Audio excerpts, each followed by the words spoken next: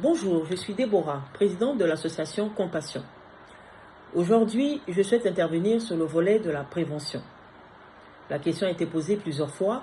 Que faire lors de la première intervention de l'aide sociale à l'enfance?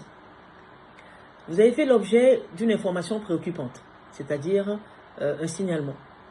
L'aide sociale à l'enfance vous envoie une convocation, tout simplement parce qu'il souhaite vous entendre votre ou vos enfants et ou se rendre à votre domicile. Chers parents, à ce stade, il est important de prendre cette affaire très au sérieux. Ne la banalisez pas. Ne la banalisez pas. Pourquoi? Parce que ce que vous retenez, c'est qu'il y a eu un signalement et qui a généré cette convocation.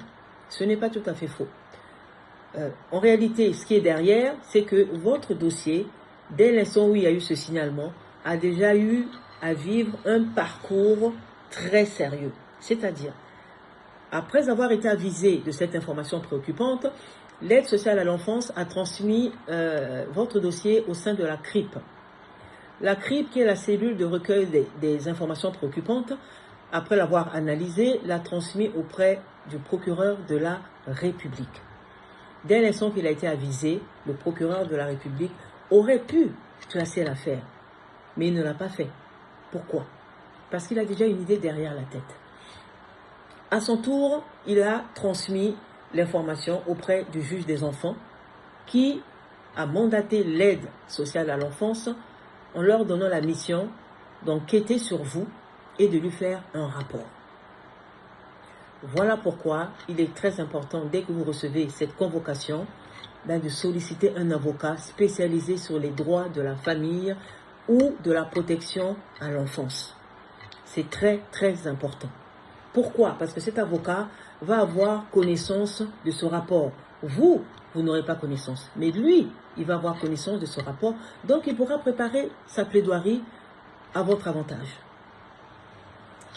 Ensuite, vous êtes convoqué au sein de l'aide sociale à l'enfance. Que faire? Restez calme. C'est mon conseil. Restez calme. N'entrez pas en conflit. Parce qu'ils sont là pour vous observer. Ils sont là pour observer votre personnalité.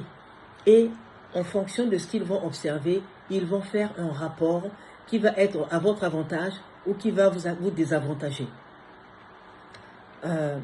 Donc, soyez polis, posés, respectueuses, et facilitez la communication. Une fois qu'ils auraient fait ce rapport, c'est là que le juge va prendre sa décision. Soit il va ordonner le classement de l'affaire, vous recevrez à ce titre un courrier, et ça sera une bonne nouvelle. Soit il va tout de suite ordonner le placement de votre ou de vos enfants. À ce stade, il ne vous a même pas encore convoqué, et il va vous le faire signifier par un courrier.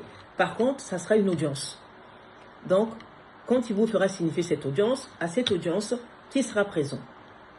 Il y aura le juge des enfants, une personne de l'aide sociale à l'enfance, il y aura vous, avec votre ou vos enfants, selon leur âge, et il y aura votre avocat si effectivement vous en avez pris un. Le juge des enfants va vous écouter.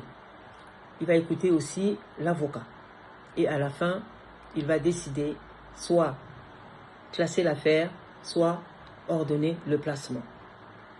Donc, après cette audience, vous recevrez ce courrier.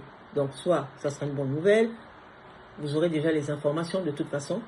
Dans le cas où il aura ordonné le placement, vous recevrez une deuxième convocation de la part de l'aide sociale à l'enfance. Et une fois que vous serez face à eux, ils vont vous expliquer les modalités du placement. Ils vont vous communiquer la date de la séparation et l'heure.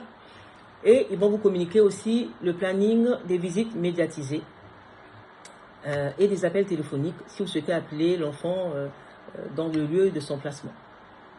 Voilà comment ça va se passer. Maintenant, concernant l'avocat.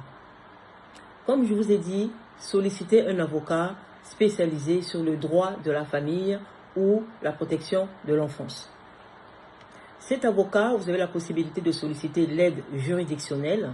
Et l'aide juridictionnelle peut vous être accordée soit à hauteur de 100%, soit à hauteur de 50%, soit à hauteur de 25%, soit vous êtes totalement refusé parce que vous ne rentrez pas dans les critères de sélection.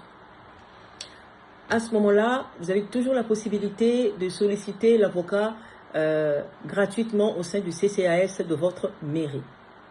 Cet avocat, s'il n'est pas spécialisé dans le droit de la famille ou dans la protection de l'enfance, pourra toujours vous aiguiller vers un confrère ou une consoeur.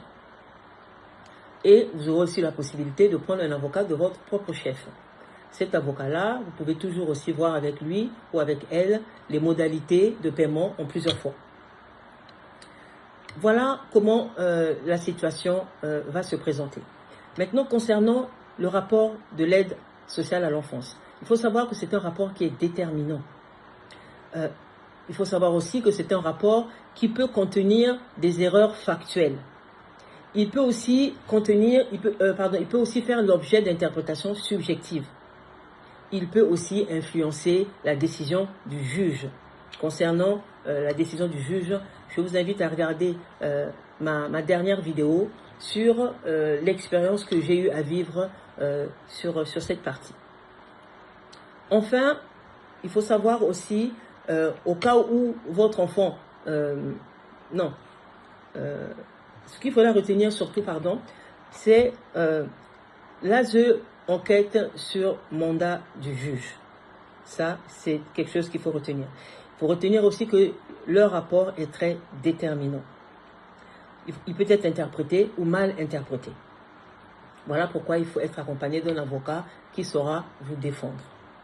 Et enfin, pour terminer, je pourrais dire que concernant l'aide sociale à l'enfance, d'un département